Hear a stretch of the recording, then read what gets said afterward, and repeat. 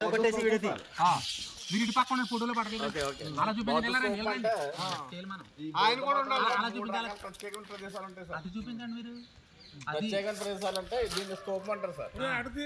స్తూపం తర్వాత సార్. మూడు రకాల ప్రదేశాలు ఉంటాయి సార్. బౌద్ధ మత ప్రదేశాలు. ఈ స్తూపం అంటే అండాకారం, అంటే అర్ధ తెలుసు కదా, అండాకారం అర్ధ కోడిగుడ్డాకారం. ఇది ఇక్కడ బుద్ధుడి యొక్క అస్థికలు కానీ బౌద్ధ భిక్షువులు ప్రధానమైనటువంటి అనుచరుల యొక్క అవశేషాల మీద నిర్మిస్తారు సార్. ఓకే, వాళ్ళకి సమాధి మనం అసలు చెప్పలేదు. సో ఈ సమాధి చుట్టూ ప్రత్యేక ప్రదేశంలో ఈ చుట్టూ ఈ కడ్డలు ఉన్నాయి చూసారా, ఇక్కడ పూజా కార్యక్రమం నడుస్తుంది సార్. ఇది బౌద్ధ స్తూపం. అదేవిధంగా బౌద్ధ ఆరామాలు ఉంటాయి రెండో ప్లేస్. ఆరామాలు అంటే బౌద్ధ భిక్షువుల యొక్క రెస్ట్ ప్లేస్ అనమాట. వాళ్ళు సేద తీరుతారు, పడుకోవడం, విశ్రాంతి తీసుకుంటారు. అలాగే ఇప్పుడు సోపాలయని ఆరామాలు, తర్వాత చైత్యాలయాలు. చైత్యాలు అంటే టెంపుల్స్, జస్ట్ లైక్ టెంపుల్స్ అని గుళ్ళు. అక్కడ పూజ ఎప్పుడు జరుగుతుంటాయి, అప్పుడప్పుడు జరుగుతుంటాయి, అకేషన్లకి అక్కడ ఎప్పుడు జరుగుతుంటాయి. సో ఈ మూడు రకాల ప్రదేశాలు బౌద్ధ మతం ప్రత్యేకించి. ఇది ఇక్కడ దీని ప్రత్యేకత ఏంటంటే, నార్త్ నుంచి అశోకుడి యొక్క కూతురు శ్రీలంక వెళ్తూ ఇక్కడ ఈ స్తూపాన్ని నిర్మించినటువంటి పరిస్థితి అన్నమాట. సంఘమిత్రావుడి పేరు. అంటే గోదావరి గుండా ప్రయాణం చేసినట్టారు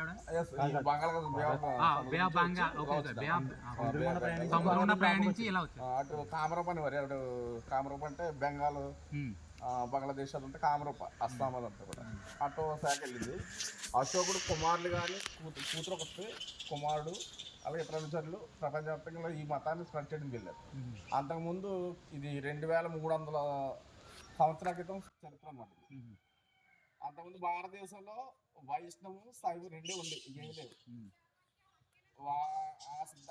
వైష్ణవులు అయితే ఇక్కడ యజ్ఞాలు యాగాలు చేస్తున్నారు, శైవుల్లో కూడా తక్కువ.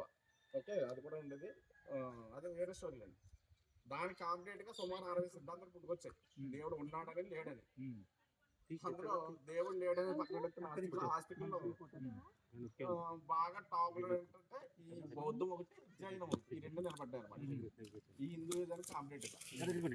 సో బౌద్ధం అనేది ప్రజల్లో ప్రధానమైంది. జైనం అనేది ప్రశ్నవాలంటే ఆ మతంలో ఉన్నటువంటి ఈ యొక్క పద్ధతులు ఏవైతే ఉన్నాయో చాలా రిస్ట్రిక్షన్స్ ఎక్కువ, అవి ఫాలో అవడం చాలా కష్టం. అందువల్ల రాజస్థాన్ ప్రాంతంలో తప్ప మిగతా ఇది దేశవ్యాప్తంగా ఉంటుంది. ఇలాంటి సుమారు 84,000 స్తూపాలు ఉన్నాయి దేశంలో. 84,000. ఇందులో సారనాథ్, సాంచి అక్కడ ప్రధానమైన బుద్ధుడి అస్థికలు ప్రత్యేకించి ఉన్నాయి. అందువల్ల తర్వాత అశోకుడి తర్వాత తొంగవంశం వచ్చింది. ఈ బౌద్ధాన్ని ఇంచుమించు బౌద్ధ మతం వల్ల దేశం యొక్క ఆర్థిక వ్యవస్థ రాజ్యం క్షీణించిపోతుందని గుర్తించి ఇలా అశోకుడు మౌర్య వంశం ఉంది, చివరి చక్రవర్తి చంపేసి వీళ్ళు అధికారంలోకి వచ్చిన తర్వాత ఇప్పుడు వీళ్ళు ఏం చేశారంటే హిందూయిజాన్ని మళ్ళీ రీప్లేస్ చేస్తారు అంతమంది. కానీ వీళ్ళు చేసే గొప్పదనం ఏంటంటే బౌద్ధ మతం యొక్క ఎలాంటి ఏవైతే ప్రత్యేక ప్రదేశాలు ఉన్నాయో వాటిని డెకరేట్ చేశారు తప్ప ఇచ్చని చేయలేదు. సాంచి కానీ సారనాథ్ కానీ ఇంకా అవుట్ వాల్స్ కానీ ఇప్పుడు కట్టారు. అది శివుల యొక్క గొప్ప.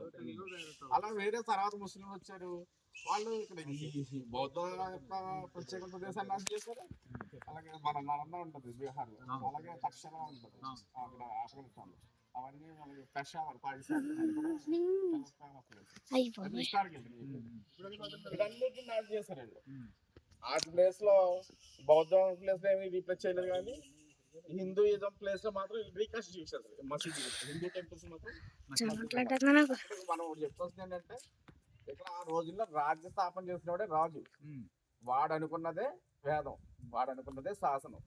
సో వాడు ఏ మతం అయితే ఫాలో అవుతున్నాడో వాడు అదే ఇంప్లిమెంట్ చేసుకోవచ్చు, మిగతా మతాలను చులకనం చూసుకోవచ్చు. సో నేననేది ఏంటంటే ఆ పరిస్థితి వేరు, ఇప్పుడు ఈ పరిస్థితి వేరు. మోడర్న్ డెమోక్రటిక్ కంట్రీస్ మన మైండ్లో దానికి తగ్గట్టుగా ఉండాలని నేను అనుకోవడం.